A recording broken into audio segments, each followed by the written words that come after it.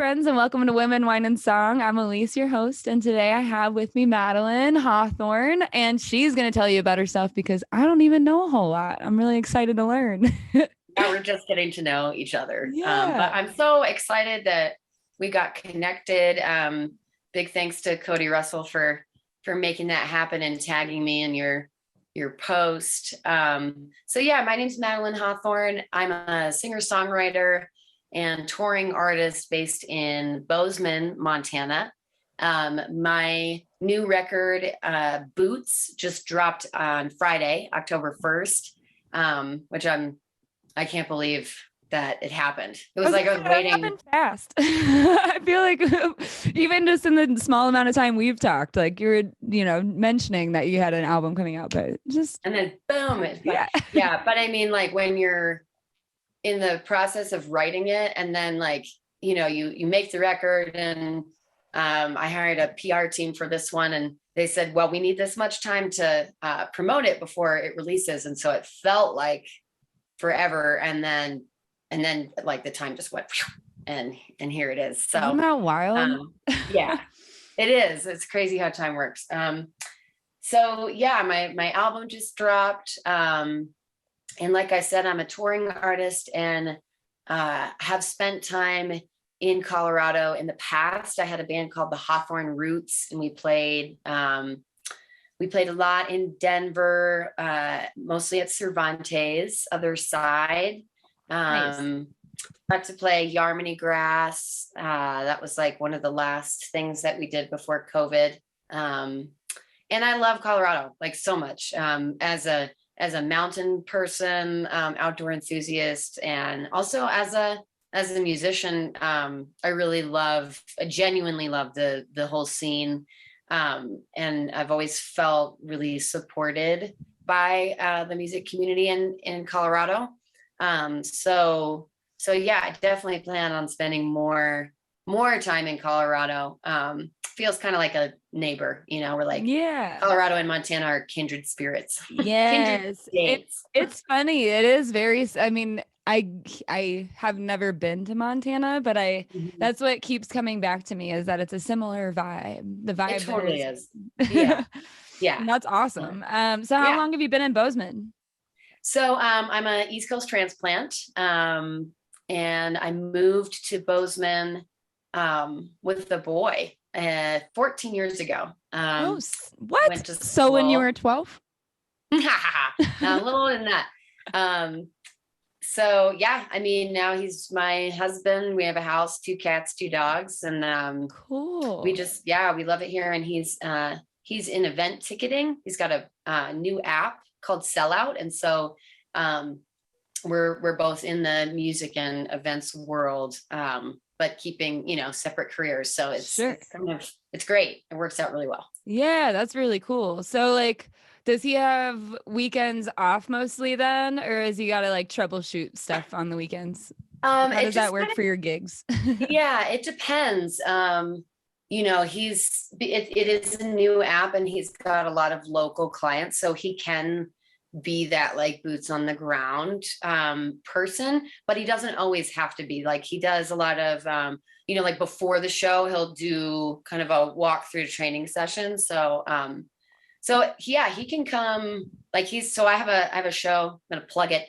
I have a show at Cervantes opening for Kendall Street Company Friday, October 15th. Nice. And so yeah, he gets to come on that one. So it works out that he can join me on a lot. Definitely not all of them, but when you're a small startup in event ticketing, coming to Denver is a great idea anyway for him to meet people. So he can not even in the sense of like writing it off or anything, just more like it's a really great networking opportunity. So totally. I love it when he comes, because it's really great to be together, but he's also a great merch girl. And I love that. He does great. Everybody loves him. So yeah, if you come to the show, his name's Henry, and you can meet him. He's great. Henry. The best merch man around. Awesome. Well, so I'm like, I don't know. I guess so the way the show started was because 2020 was obviously a shit show for like reasons other than even just the pandemic. You know, there people cannot talk to each other about hard things, it seems like. And so that was kind of why this all started, was because like I'm like, maybe if we talk about hard topics but like in person and people can see how a regular ass conversation goes, right, then maybe they'll understand that not everything is aggression, and I don't know. So and it's that's okay to disagree. Absolutely. Like, of course there are things where like if you say something that I don't agree with and it's something that's like moral compass, like you're straight up, you know, like there are some things where I'm like, I won't be hanging out with you. You know, there's certain there's certain viewpoints or like actions taken where you're like, you got to draw a line. But man, so much is also like hyper inflated to the point where, like sitting at the dinner table can be really tough with your own family. And you're like, come on, like we're family. I have a song about that on the record. Cool. What's it called? Yeah. So that one's called Long Cold Night. And it's it reminds me of Christmas Eve. With trying to tell. Long cold night and everything. I can't remember what the poem is, and I'm not even gonna try. So we're gonna listen to it. That's it. Yeah. So anyway, I feel you. I feel you 100%. And so thanks for having this opportunity for people to talk about whatever comes up. Yeah, because I definitely don't want anyone to ever feel pressured into like talking about anything hard, because I want it to be light and fun anyway. I'm not here to like be all doom and gloom, right? Yeah. I do want people to have that space to have the conversation and have it be heard. Yeah. But I guess so. Then from there, the framework was women's stories of their triumphs, traumas, and evolution in the music community. So based off of those topics, do you have anything that like strikes your brain as something you should talk about? Damn. I mean, that's so much to like think about, sort of. I know, it's wide open. I mean, I've been touring and managing and doing like the majority of the communication for my entire career. So I've dealt with like a lot of men. It's a male dominated industry. I'm happy to say for the most part, I have had positive experiences, which is encouraging. And I hope that that statement, if there's encourages more women to get in and be a part of it. And there's bad eggs out there. But overall, I think I'm very encouraged by the music industry. And I just got back from a conference in Broomfield with a bunch of songwriters and industry professionals from mostly LA and Nashville. And I was so encouraged by the whole experience. So I guess maybe in the trauma, I mean, not that I want it to all be sunshine and rainbows, but more recently, I've had, like, I pitched my songs to like publishers, and I listened. There were like 3 different listening sessions where you'd have about 20 songwriters, and they each got to like go up and play one song, sitting in front of everybody else, and then the industry professionals listening on the other side gave them feedback, and which is kind of terrifying to like put yourself out there, almost like freaking American Idol. I was gonna say, shit, you're on America's Got Talent. That's intimidating. That's really like, it's hard to be like critiqued. Oh yeah, especially in front of other people. And in front of people, no. And in front of like, in front of your peers. So you're, it's like, so I went into this thing like, I freaking planned my outfits like 3 days before, like being nervous. I was like, what do I, this is what I'm going to do to like control something, because I'm just like, otherwise like my stomach is just in knots. And I'm like picturing like, you suck, get out of here. Like Simon, like you're rubbish and you'll never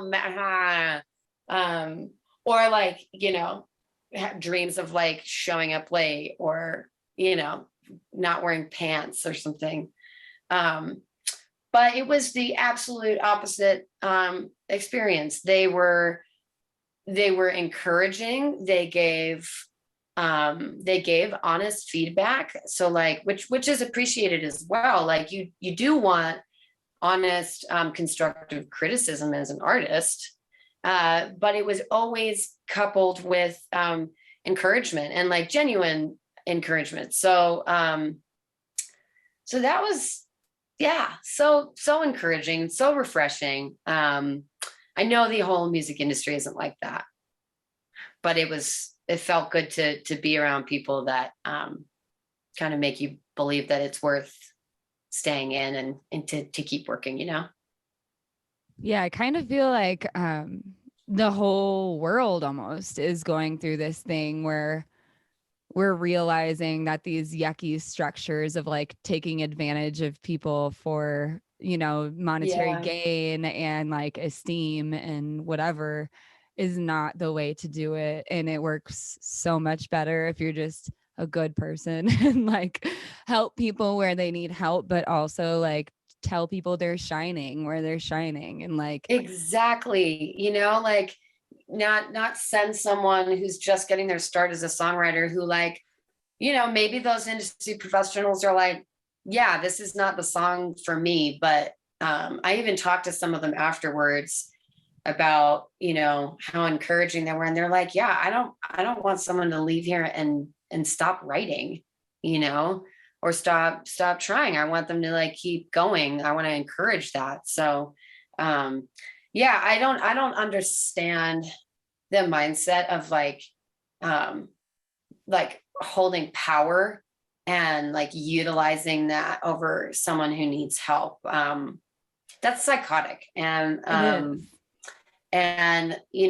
think conversations happening now and a whole change in the industry, hopefully like, would encourage someone who might have those thoughts to like stay the fuck out of the industry, or maybe like, catch that mindset when someone's developing as a young human, and like learn how to deal with some emotional trauma or whatever the reason is that happens beforehand, so that then they can just be like a human being that treats other human beings with respect. Totally. And hopefully you can even teach adults to like, I mean, adults learn. Yeah, adults right. Grow, you know what I mean? Like I have plenty of, that's not a thing. Yeah, no, your brain, and that's what's really cool. Like I'm a geek about brain science and like I thought you said grain science for a second, like growing corn. I am from Indiana. I'm like, where is she going with this? No, okay, yeah, brain science, cool, science. Totally. Yeah. So like the brain can continuously change your whole life, and you can create new connections. So hopefully, and that's the thing too, is like if people do act with compassion and kindness, then hopefully those people who have been hurt, so they hurt people, like can heal and get a different mindset. But if not, we're taking that shit over, and all these fuckers are gonna get pushed out because get the fuck out of the industry if you're not gonna do, like, and they'll come to a point where people won't do business with them. You know what I mean? Like I know you're this way, or I know this is your goal, or I don't like the way you speak to me, and I have healthy boundaries for myself. Because a lot of the time that's what, like, I don't know if you've experienced that, and I haven't really yet, but I'm new-ish. Like the oh gosh, I just totally sidetracked myself. Maybe you remember what I think I know what you're talking about. Someone like talking down to you or making you feel uncomfortable, and like you have to, like you said, like know yourself enough and have the confidence, and also feel supported by your community to say, I'm not gonna put up with that, nor like feel like my career's in jeopardy if I say something. And Right. like, so, and my approach to that, at least first and foremost, is to like lead with compassion. As even if I'm the person that's like kind of feeling that way, I guess, but then like knowing where that point is where you say enough's enough. And I don't need to deal with you if you're going to make me feel that way. And again, I'm more encouraged every day that I can find people in this industry who are going to treat me with respect.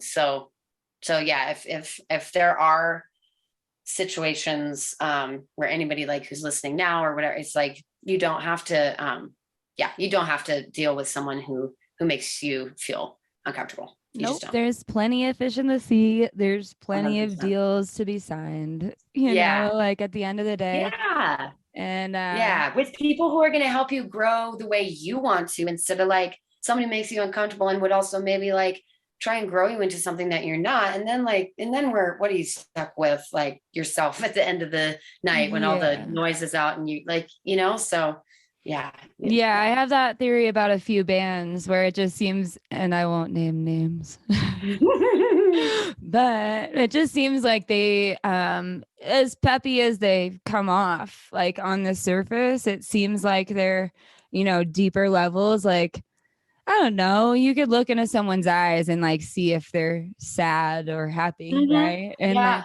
a lot of the time, it seems like these people who have signed with these big companies and they're successful are also just like dead in the eyes because they're not making their art.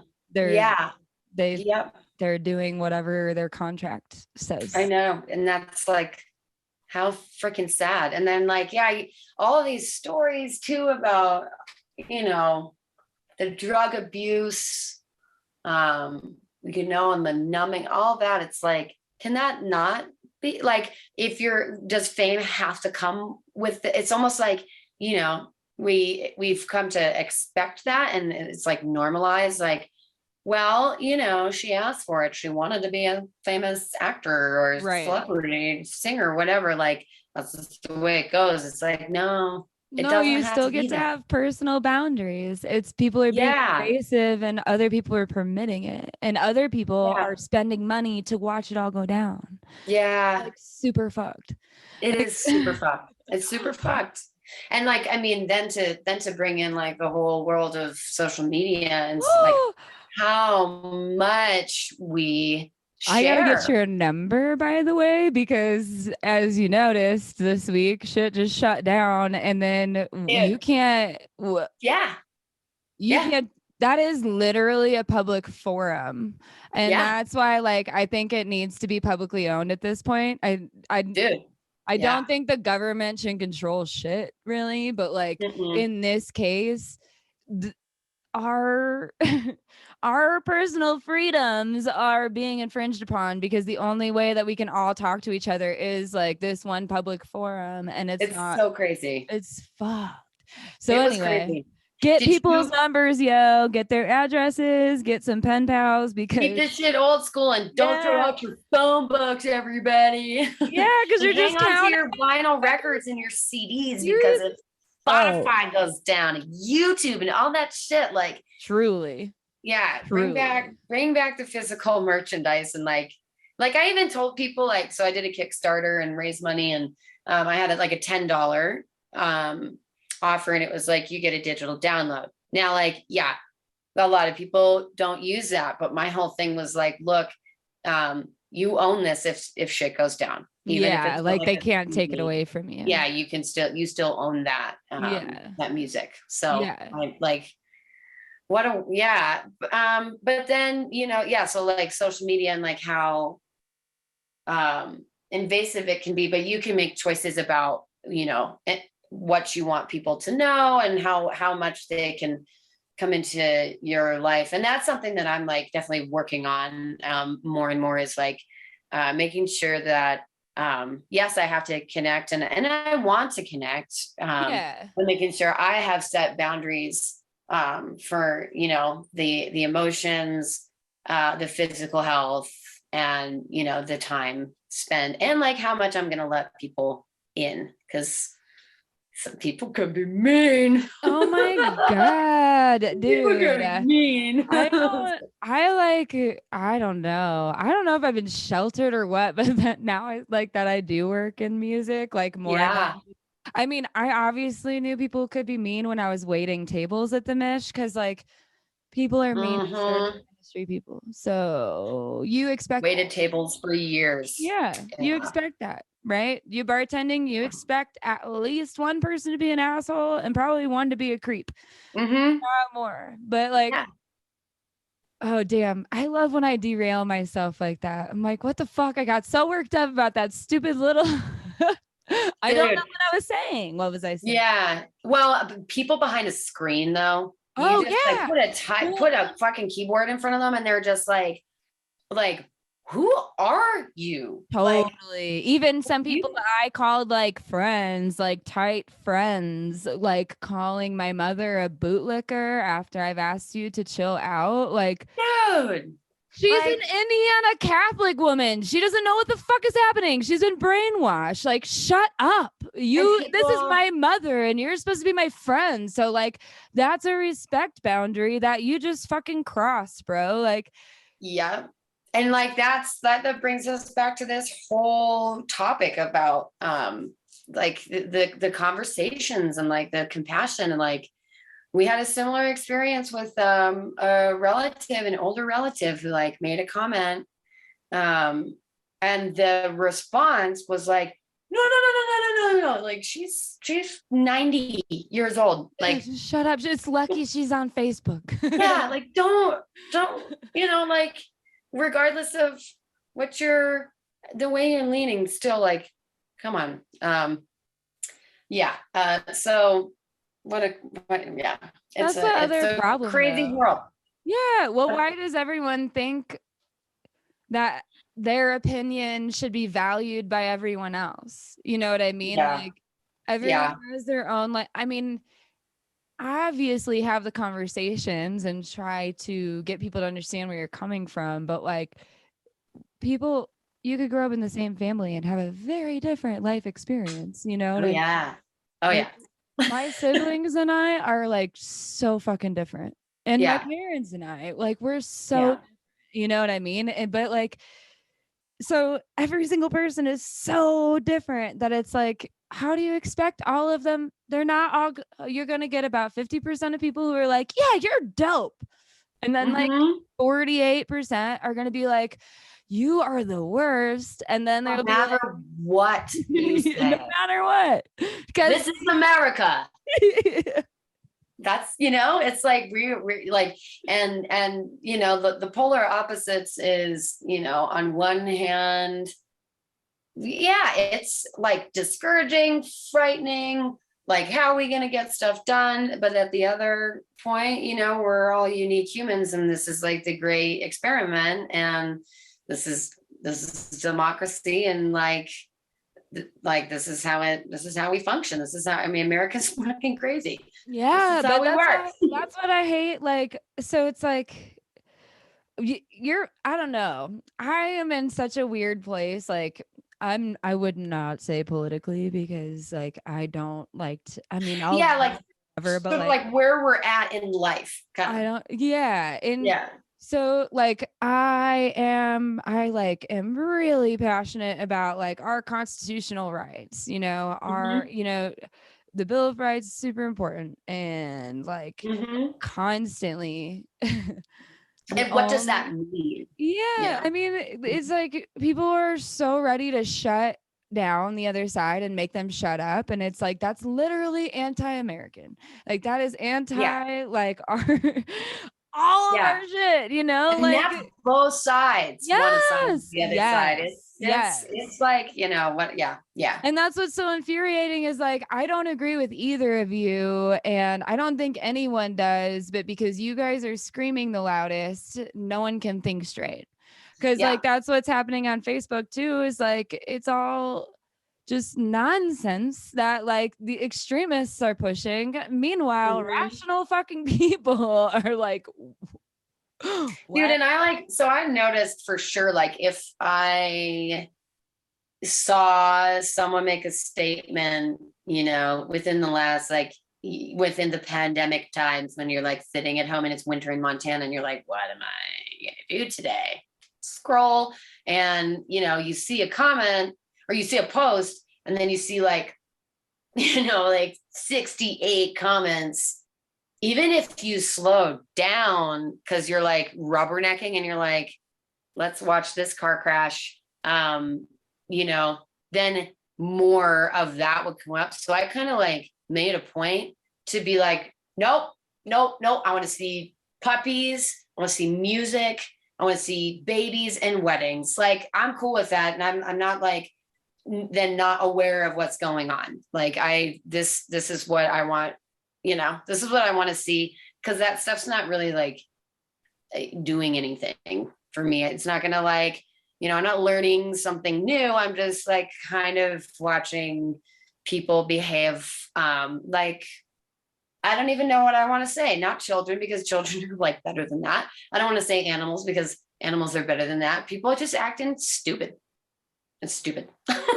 You're so stupid. And I don't think it's the whole, I think it's a small sliver, but like you said, it gets amplified. Like, you follow one terrible I got my first flag because I called a guy a pig. I called a guy a pig. Yeah. I used an emoji and I called him a pig. And then when he asked me if I called him a pig, I said yes. And then they flagged me. But like, he said the most horrendous shit. Like, he said disgusting. What kind of message is that sending? Fuck you, Facebook. Fuck you. Because that's not cool. He said the most perverse, grotesque shit, and that's okay. But because I used a pig fucking emoji, I get so flagged. You went to Facebook jail? Did you have to like? I didn't go to jail yet because I've never had a flag in my fucking 16 year. I don't know how long I've been on Facebook. I know, right? Like, I have no idea. I had to get invited to Facebook. That's how old I am. Yeah, because my friend was in college. When I was in high school, you couldn't have Facebook unless your college friends. Oh, cool. So you are my age. We should say, let's say our ages on the count of 3, though. Hold on. Ready? 1, 2, 3. 33. 32. Oh, almost damn. 33. Almost 33. Okay, so you got me. You're wise. I'm not wise. The older you get, the more you know that. You're like, nah. Really?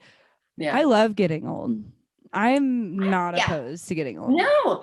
There was a time, especially like, okay, being a woman in the industry and blah, blah, blah, where like that would really, it was like consuming, and it was like a fear of, man, I'm getting old. I haven't gotten like a record deal yet, and no one's going to want to sign me. Who wants to sign a 32-year-old? You're like an old maid. And like, then I think it was like actually when I turned 30, like it was like 29 was like kind of stressful. And then the closer I got to 30, like it was like this weight lifted, and I just started to feel better and better. And like, every year, every day, you get to know yourself a bit more. And like, if you're okay with who you are and you're comfortable in your own skin, then like it gets better, I think. It gets so much better. It's so cool. It's so cool. It's so cool. Like, I really feel bad for people who are worried about aging, because it's really like every year, like for me anyway, every year tops itself. Every year is cooler and better than the year. And I don't tend to like look at a year at a whole ever, because like that's a slippery ass slope. You don't do like that, January or whatever, it's like the post like, here was my year. No, I don't. I feel like I should, because that would be cool to look at, It would be kind of cool, but I mean, I also get what you're saying. I get what you're saying. It kind of like, well, I like really genuinely try to live by the mantra, like, be here now, right? Like, I try not to like be all over time. Like, there's no such thing as time. We talked about that, didn't we? Like, with your album release, it's called Boots, right? So with that, like time was weird. Like it felt really forever. And then all of a sudden it was super compressed. And that was kind of how it was this summer for me too. Like it just like, you're waiting for something and you know it since you're a kid, like time flies when you're having fun. When you're waiting for the fun, it takes forever. Yeah, a watch pot never boils, as your grandmother would say. Yeah, it's so true though. It's weird. My dad used to say that phrase, what did he say? Be in the now, be here in the now. All the time to us as kids when we'd be like, are we there yet? Or like, if we were like bored or we didn't want to do something, he'd always, and we'd like just roll our eyes and be like, whatever, shut up, blah, blah, blah. But like he was so right. So it's helpful with yoga. Do you practice yoga at all? I do. Oh God. I do it at home. I don't go to classes of any kind. Like I am that person. I'm like I can't do shit in front of people. Yeah. But the yoga I love. And honestly, so I had two very dear friends of mine pass away this summer. Well, the first one, like he was a festival friend and very dear, I guess is maybe strong, but like, we were tight. Part of your life. Like friends for 7 years. And the reason that I knew my son wanted to play drums, because he didn't tell me that he wanted to play drums. He told Sebastian. And then Sebastian's like, Jude wants to play drums. I'm like, what the fuck? What? Yeah. What? Okay. No? That's an important person in your life. Yeah. So oh damn, where was I going with that part though? Damn it. Wait. We were talking about time. No, we passed time. Being yoga. Yeah. So when he passed away, he was doing breath work in the pool at the YMCA. And like, that's when he died. And I was like really into breath work at the time and like meditation and like all that stuff that he was like practicing. He had a teacher. Like I don't have a meditation teacher or a yoga teacher. I just yoga with Adrian.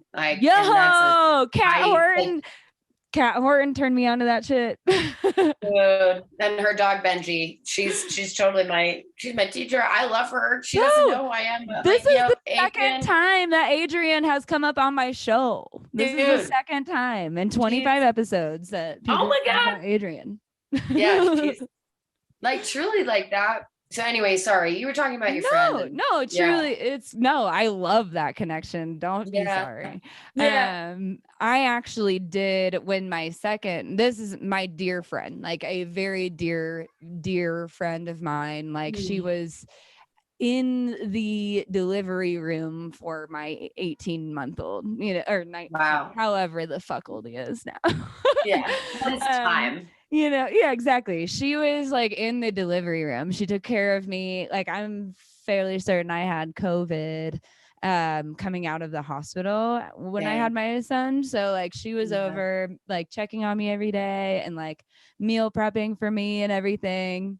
Yeah. Now a year later, she's like gone, right? And we worked together at the elementary school, like like that my son went to. So we see each other 5 days a week, full ass days, and then on the weekends too, because we would go to concerts together, summer camp, and then like Aqueous, Unfreeze, SCS9, like Lotus, like every show you could think of. You see my poster? Yeah, we're big soundtrack people. We do. It. Yeah, we love them. Yeah, and I'm free. Everybody you just said we love. So me too. I knew we need to go to a concert sometime. Yes, please. If you're feeling ballsy, no, don't apologize. As my friend Lauren would say, stuff your sorries in a sack. We're all good. No, I love that saying, and I always forget to say it. I'm like, don't be sorry. Yeah. Stuff your sorries in a sack is a good one though. But yeah, so since they passed away and like Sebastian having been like meditation and breath work, like that fucked my head up, you know, because I like it was like a thing I was working on, you know, like I would never do it in water because I'm just like not a water person, but it's like a thing you're not supposed to do in water anyway, you know, like so and he knew that. Yeah. But I digress.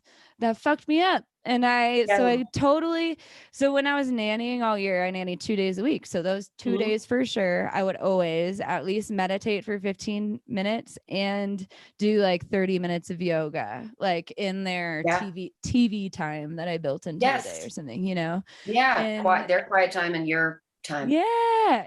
So And I know I need to get back into it, but I also know that the universe works in ebbs and flows. So like ebbs and whatever, you know what I'm saying? Like I do.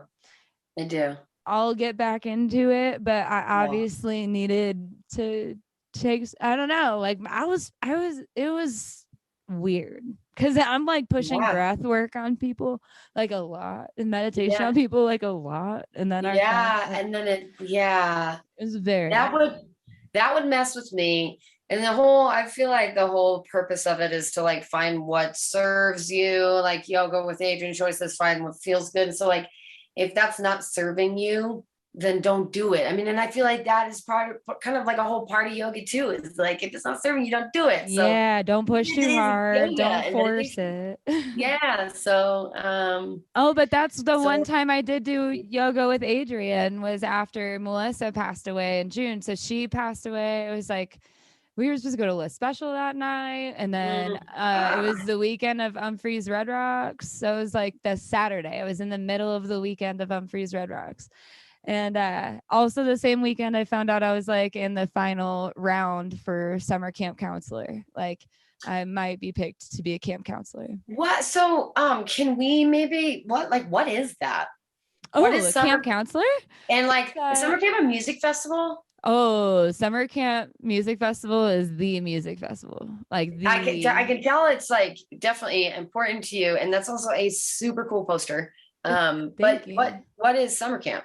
So Summer Camp Music Festival has been around. This was the 20th anniversary. I just burped into the microphone. I think I've heard of it, but I just so it's been around for 20 years. Well, it would be 21 years, but it kind of is cool how it worked out because I don't know, whatever. So 2020 didn't happen. Yeah. Which I'm sorry, guys, I was very happy about because I was sad I was going to be missing the 20-year reunion because I had just had my baby. Yeah. And so I was like, for sure not going to be there because he was only 2 months old, you know? Yeah. So, then everything shut down and it didn't happen. And so I got to go to the 20th anniversary. Yay! Hey, silver linings. We have to celebrate the silver linings. Oh my gosh, I was like, fuck yeah. Like I was pumped that I could go to I obviously am sad for everyone because I love summer camp and I always want it to happen. But it worked out. So this year was my 9th year going, and it is always headlined by Unfreeze McGee and Mo. And so Unfreeze McGee plays fucking like 7 sets if you're VIP on VIP. Then you get like 7 sets or some shit. Oh my Lanta. Same with Mo. This year, do you know who's on the lineup this year? Because it was stupid. It was like Closey and Billy Strings and Ween and like STS9 and it's insane. I just saw Closey. So I finished my summer tour and my friends are like, Maddie, do you want to go to a music festival where you're like not working and just like hang out? And I was like,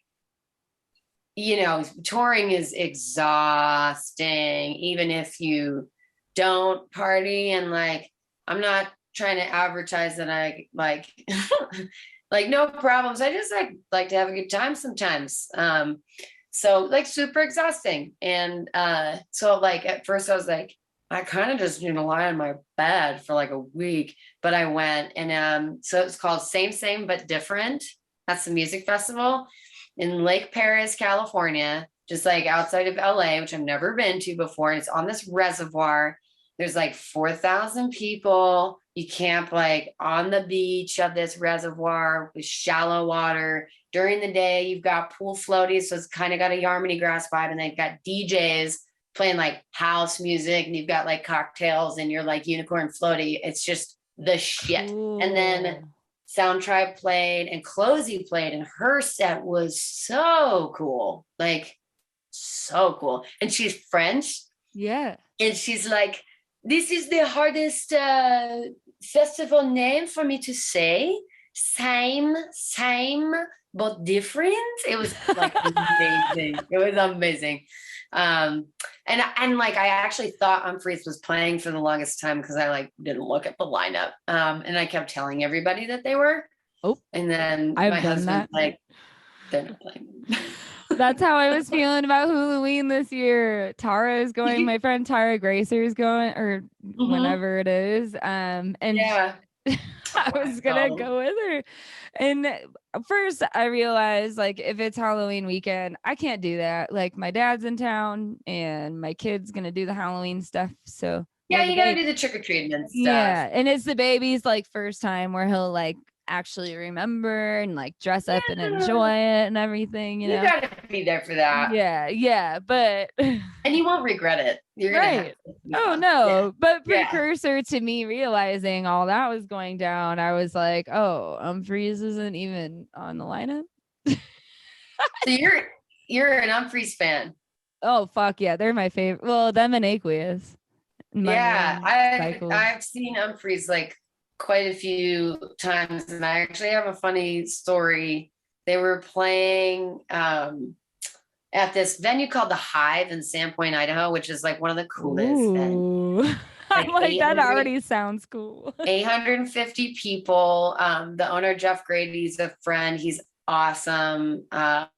He loves Unfreeze. He's a big widespread guy. He's from the South, and oh my God, like the disco balls are honeycomb shape, like beehive shape, and like all of the artwork has this like honeycomb, and so it's like the geometry, like it is just so cool. And it's a small room, so you get to like really kind of be there and see them. And so anyway, like he's a friend, and so we got to go backstage and meet everybody. Some of them were just like tired. It was like, cool, yeah, I'm not here to be like but oh man, remind me the bass player's name. Stasek. So this was like a few years back, and I had a White Claw, and they were still kind of like, that was a new thing. And he's like 2018. Yeah, he's like, what's up with this stuff? And I don't know why this was my response, but this was my response. I was like, like the beer shits you get from drinking like PBR and stuff, the next day, you don't really get that as much with White Claw. And then we went into this whole conversation about like, he's like redesigning his house and he's getting a bidet that he's super excited about. Melch, I watched their remodel happen over the last 3 years. I swear to God. Yeah. Cause I follow his wife. So his wife, Mary Welch Fox Stasek, is a designer, like an interior designer. She's got a show on. Makes sense. Yeah. She's got a show on HGTV actually now. Really? Wait. Yeah. When we finish and we do the number exchange, we're going to get each other's phone numbers like old school. Will you text me her info? Cool. Yeah, thank you. For sure. Anyway, because it is so cool because she has Stasek on the show. And I don't have TV, so I haven't been able to watch it yet, but I've been telling everyone else to watch it because I'm like, I don't know, because you have to have some like special type of Hulu to be able to watch it or something. Oh, you gotta pay the premium subscription or something. Bro, I don't have TV. Yeah, I know. That shit's so annoying, but even if you could do it, like some people that do that for sports, but you could be like, I'm just doing it for this show. Just this remodel. Cool. But yeah, she's awesome. She's really, because he's cool. I mean, you talk to him. He's like, he was awesome. Like he's sweet. So funny and just genuine and like interested. I mean, like we talked and like hung out for a long time. It was really nice to like, because you know, when you meet some people that like artists you admire, and like, and maybe they're having a bad day. Totally. And that's something like I also want. So there's like two sides of that coin. And so some people say, yeah, listen, if you're an artist, don't, you know, like people are watching you, so you got to be careful what you say, and you better like treat everybody nicely. And like, I get that, but also like, remember that that person, you have no idea like what's going on. And so You're a maybe fucking that person is an person. asshole.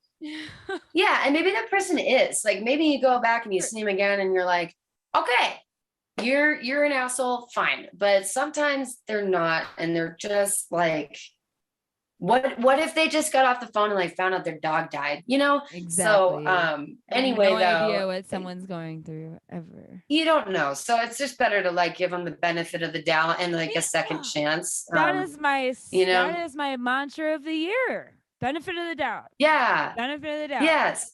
If you give every single person the benefit of the doubt, you'll have a better day because you won't be grouchy about all the people because you're giving them the benefit of the doubt. Yeah.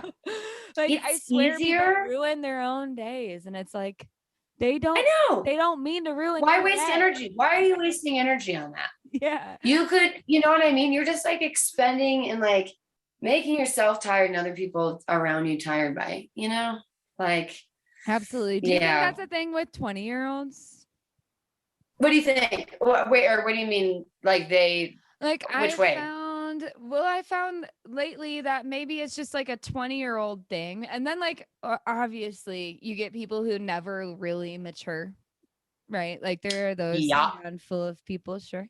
But like, I know some. Mostly you do all your dumb shit in your 20s, but you also are like, so at least in my personal experience as a white girl in Indiana raised Catholic, that I wanted to push my values and my opinions down everyone's throat.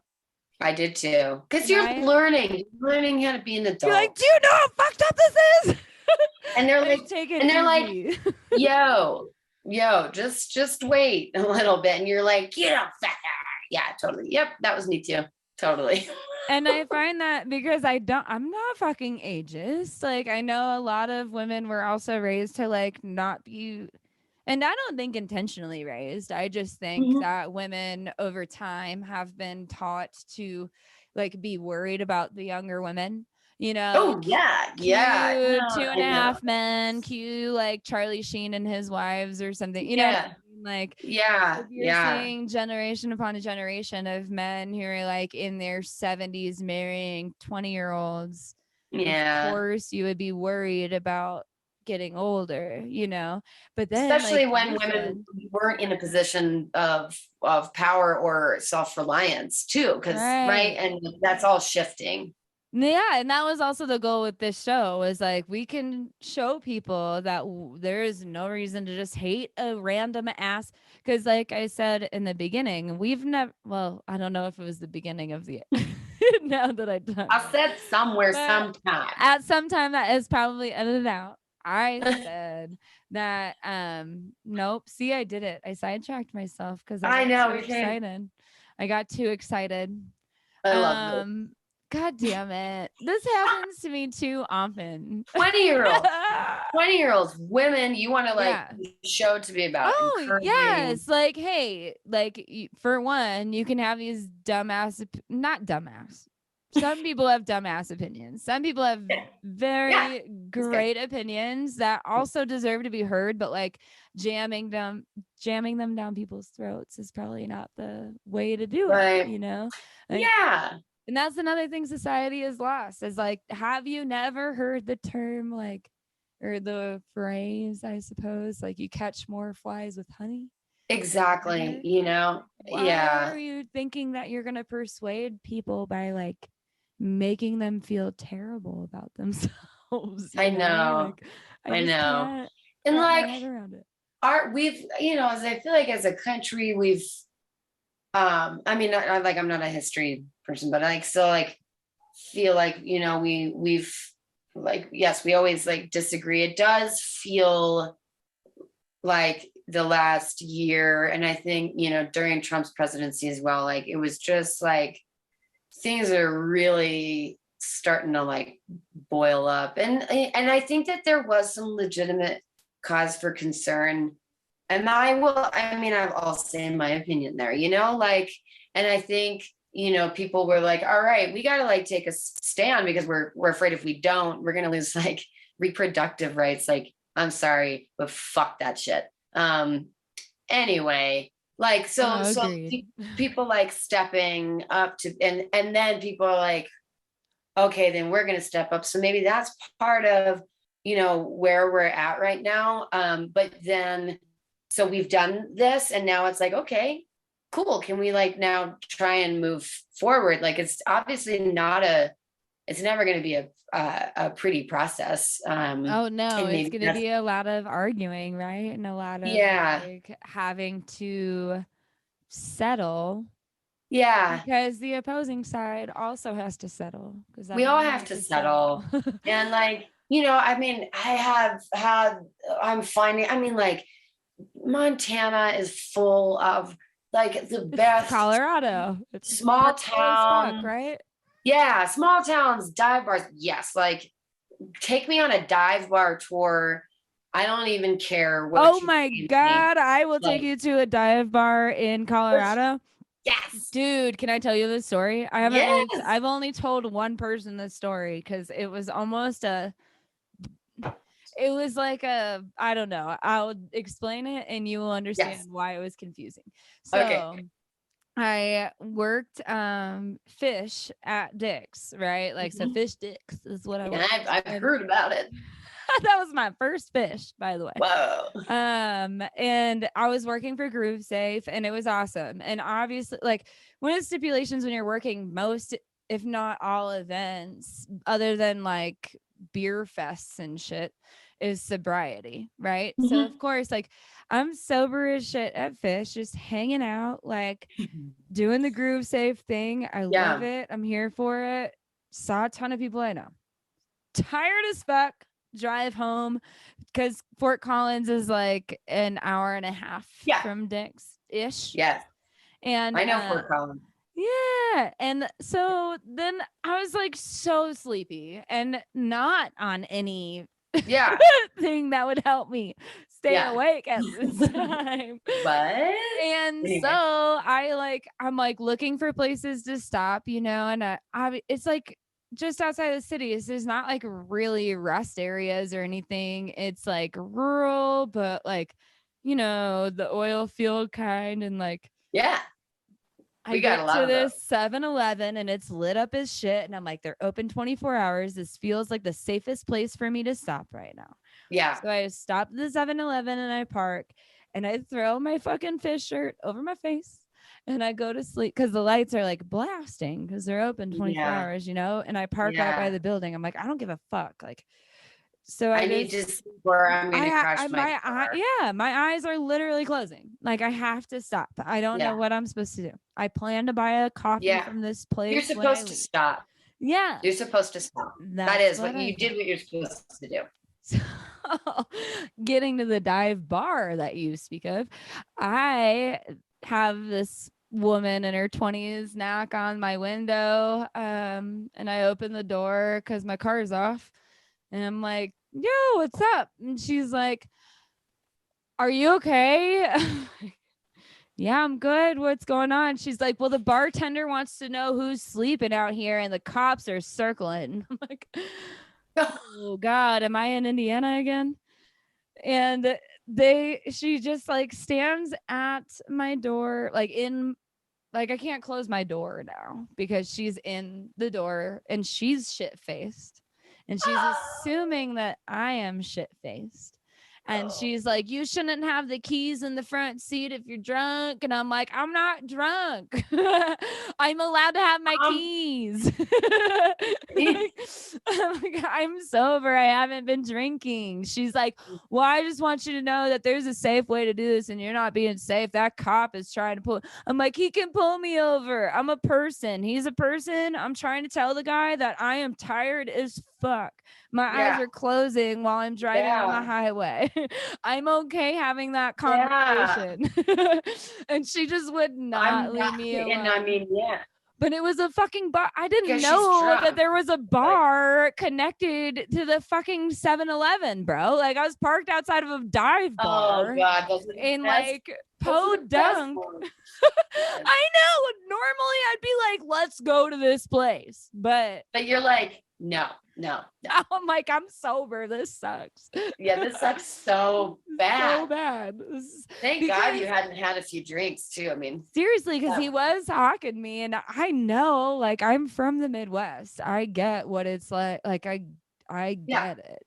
And that's very much how these rural towns are. Like, they just, well, we don't have a lot of money coming in, so we'll just, and we don't have a lot to do, so this is like the most exciting. I mean I definitely want to be careful and not like say it like that in a bad way, but I also grew up in a small town, so I'm not an ACABer by any means.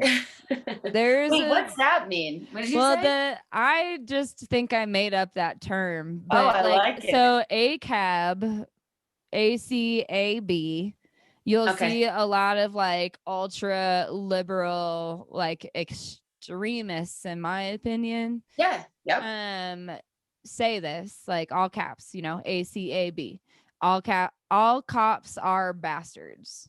And I'm like, so like racism, so like hasty generalizations about groups of people is wrong when it comes to racism, which I agree with, but it's okay when it comes to, like, for instance, religion is another one where people are like, all religious people are terrible. And it's like, no, they're fucking not. Get out and of you're being like, that is prejudice, or I mean, it's like racist in its own way, or like it's if for a different, totally. No, I'm not. So I'm not with you there either. Like bad eggs are bad eggs, and and that's why I say ACABers, because like they say ACAB, so they're the ers of ACAB. I don't know. I just like can't get on board with all anyone is anything. You know what I mean? Not because it's not the way it is. It's not. So how you can't get on board with something that one, you don't believe in, but two, is just like not, I'm sorry, but it's just not real. Like, that's not real life. That's not how it works.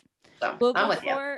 Before I got into the music industry, I was going to school and graduated for political science, criminal justice. And so like that's where my, like caring about the Bill of Rights and the Constitution and all the shit that makes us American, supposedly, not like we don't have anymore, and no one gives a fuck because they're all like, we need to be protected, and people are saying icky words, and it's like, you're gonna have to grow up, I think. Like, I don't know, like people are gonna say shit you don't enjoy. You cannot you can't stop people from doing things that, like, especially if you have that attitude. Well, and like, I guess too, it's like, is that the right approach? I do believe like words have power, and they can like definitely mobilize people to do horrible things. Totally. But will it stop if you try and stop people from using that word? It almost seems like it's fanning the flames. And so, what's the right approach? I thank God I'm not a decision maker, though. I just want to say that, like, you couldn't pay me enough to do that job. I don't care. No, it looks like it sucks, but it also seems like it would suck a lot less if you acted like a normal fucking person in any of those positions. Let's we don't want to generalize, right? So I'm not going to generalize, but for some, it's there's something about power and like ego that is like what it's all about. And they're entertaining it. They're not trying to shut their ego shit down. Like some of us are out here trying to like calm our egos down. But they're not the people. And like, you know, regardless of what role, I mean, like, I love Bernie. I love I was a delegate for Bernie, bro. I was a delegate. And that's what I think ended it all for me. Yeah. Honestly. Yeah. Because especially like I was frustrated with the Democratic Party, right? Yes. Oh, dude, I was a delegate, right? So I am in there, like in these places where these votes are happening, taking part in the whole fucking process and literally watching her rob us. Like rob us. Like Bernie won the popular vote, but hey, Hillary's got super delegates, so it's like cool, bro. It's like I'm sorry, what? I know. I watched this whole collection of people like chant for Bernie. Like, you know what I mean? Like it's fact. I think a lot of people lost faith in the system and in the Democratic Party that year. And I think a lot of young people who were mobilized and active and engaged in politics in a completely different way, in a new way, and seeing this person who's truly like a public servant. And that's the Democrats' fault because Bernie was a fucking independent and he signed up with the Dems because they promised him big shit and then they fucking took the rug out from under him.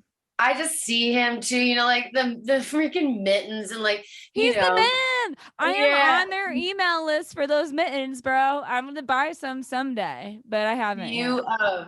My sister has a little knitted like Bernie doll with the mittens on.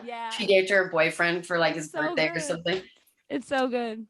So, you know, the public servants are out there and he's not the only one. And I can't remember why we started talking about this, but I can't either.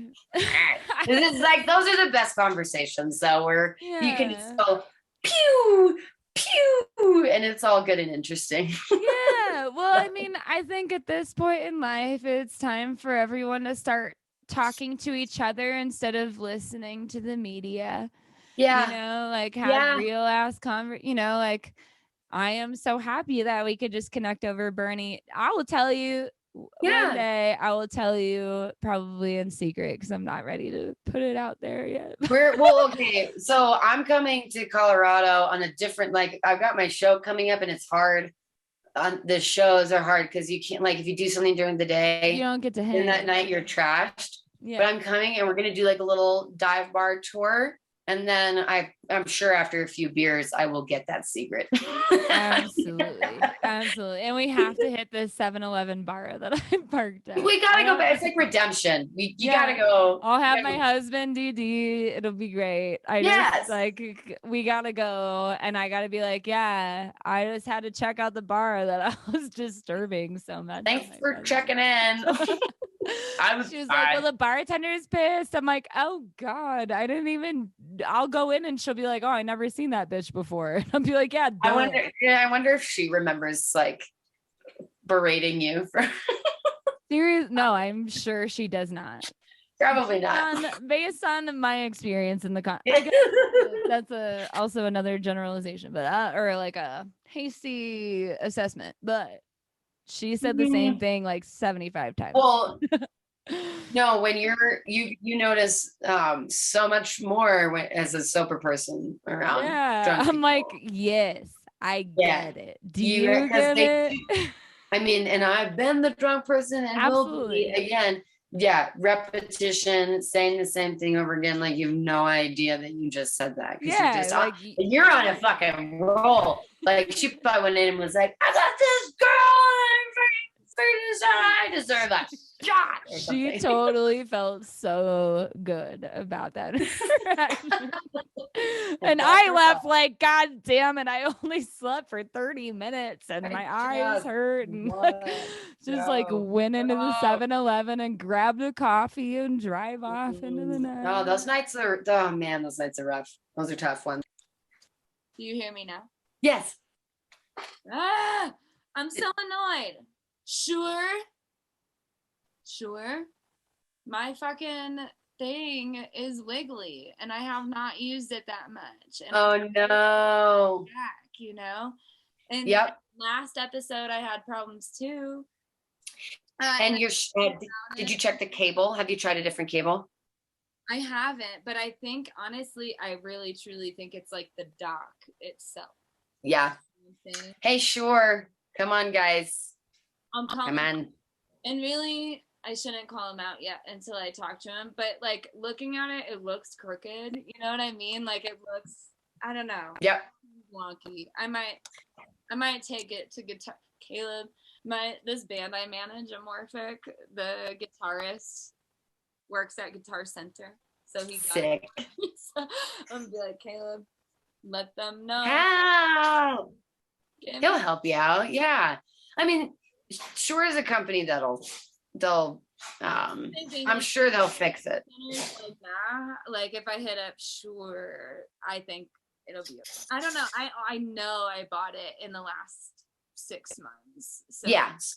They should fix that, but this depends. Problem if the like actual jack doesn't work, you know what I mean? Like yeah, and they can fix they can do it right. I was like, you're like, no, I don't know what I was saying. No idea what we were talking. Me neither. I don't know. I'm sure it was great. Oh damn it! I'm sad. I don't like it. Like eventually I'll have a mount, but I haven't decided. That's how new it is. Is like I haven't decided how I want it to be. It is kind of nice to hold it and yeah. I get that. Well, yeah, I hope you get it fixed. Hopefully Caleb can help you out. It's all good. Help Caleb. I'm yelling now.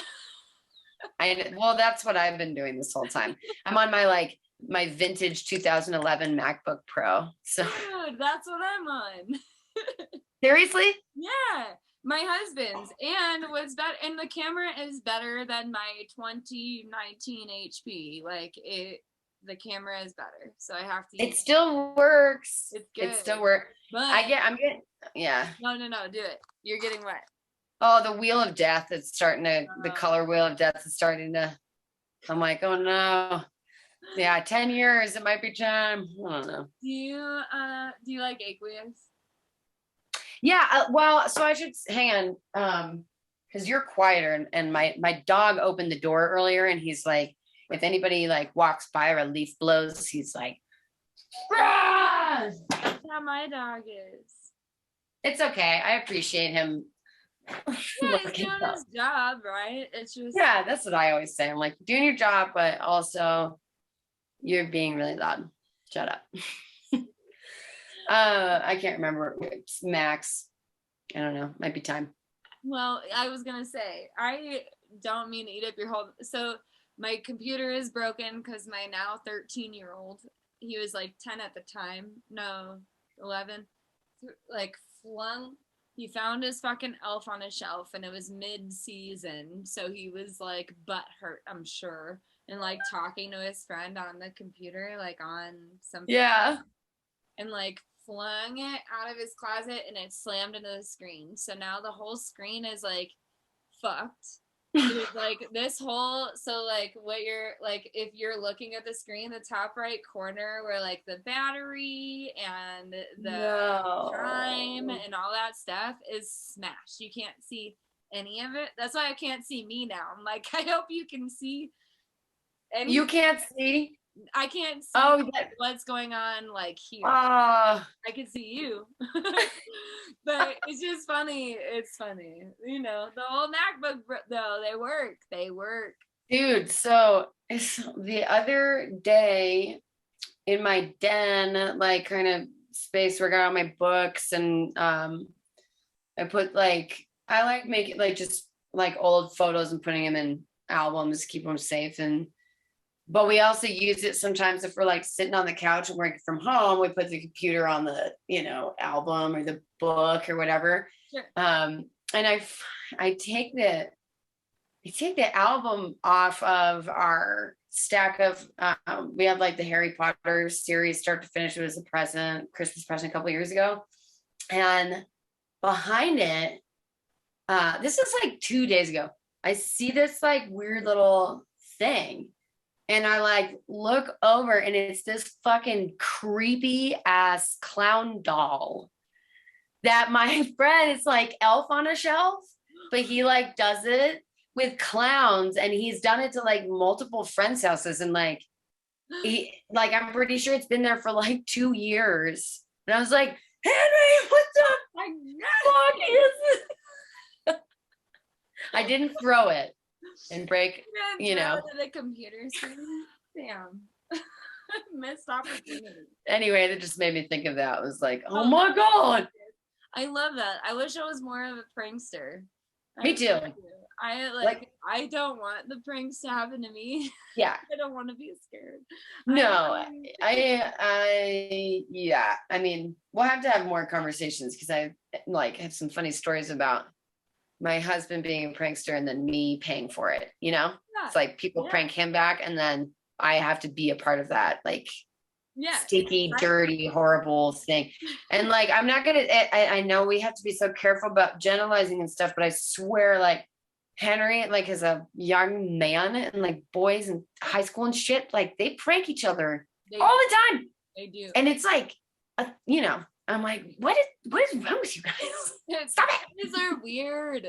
I won't generalize that because I am in a house with a husband, 2 children. Yeah. One that is a teenager and one that is he's a 1-year-old. And then a boy dog too. And I'm like, boys are fucking weird. Of course I love them. Of course. Yeah. I love them. Duh. I mean, but they, it's okay to be. Definitely scare the shit out of each other. And I'm like, you better not.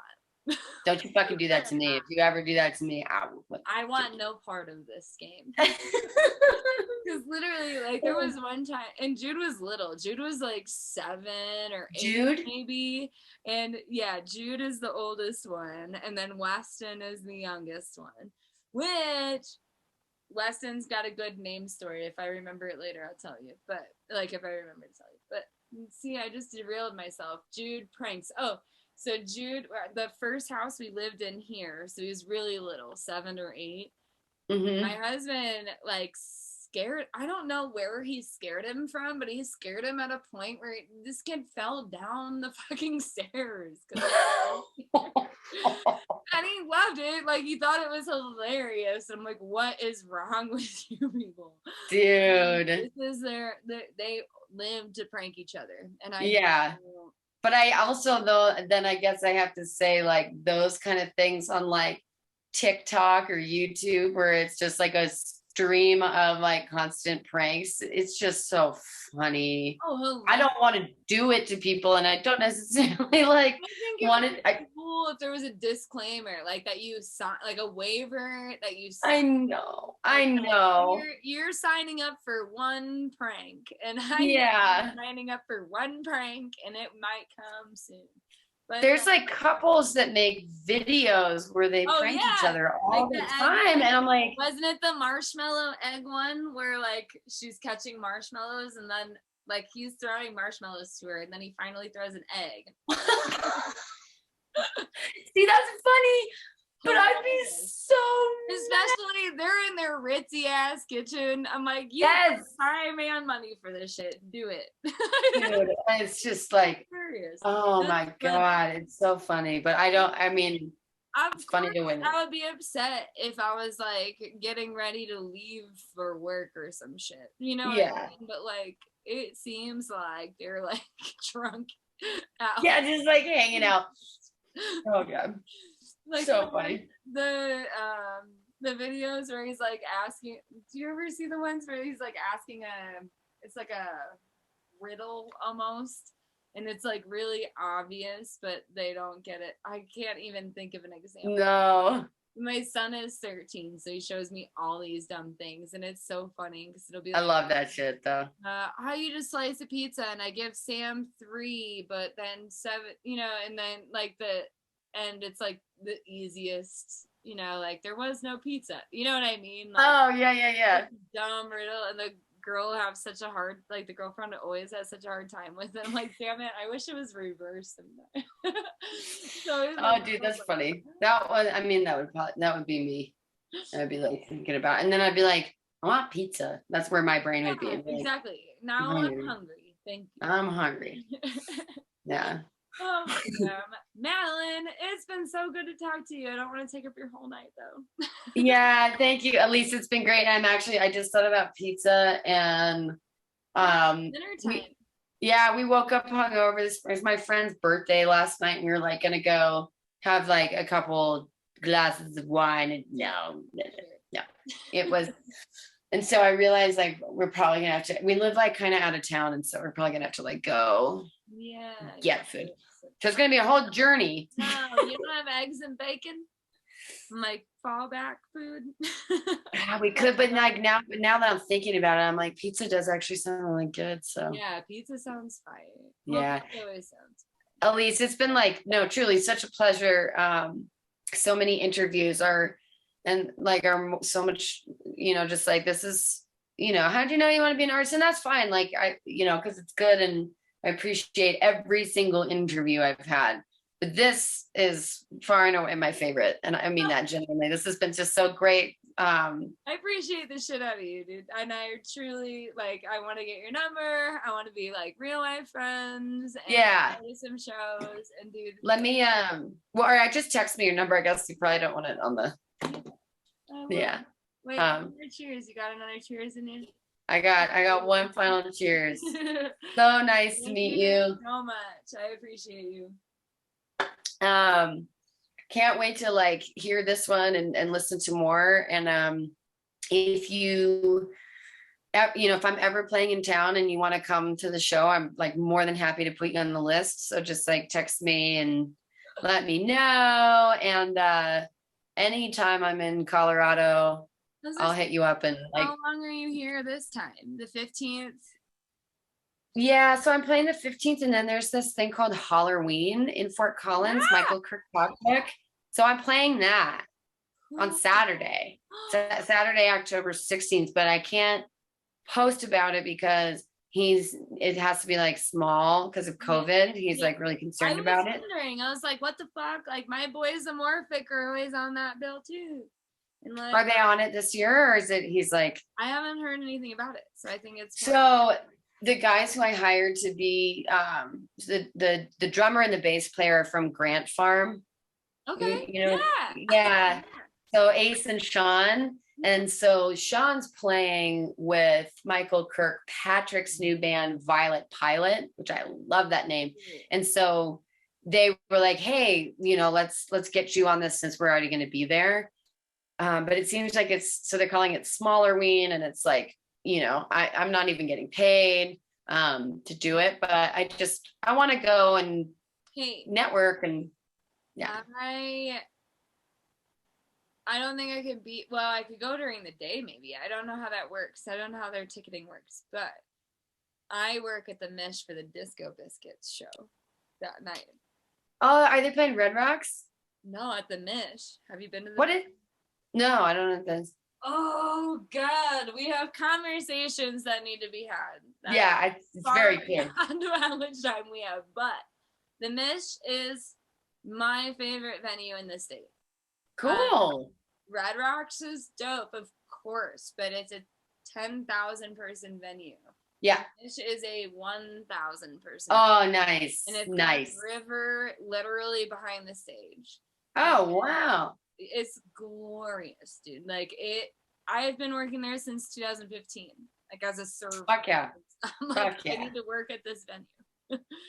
So, cool. Yeah, check it out for sure. But it's literally, 20 minutes max from what you're talking about. I'm pretty sure.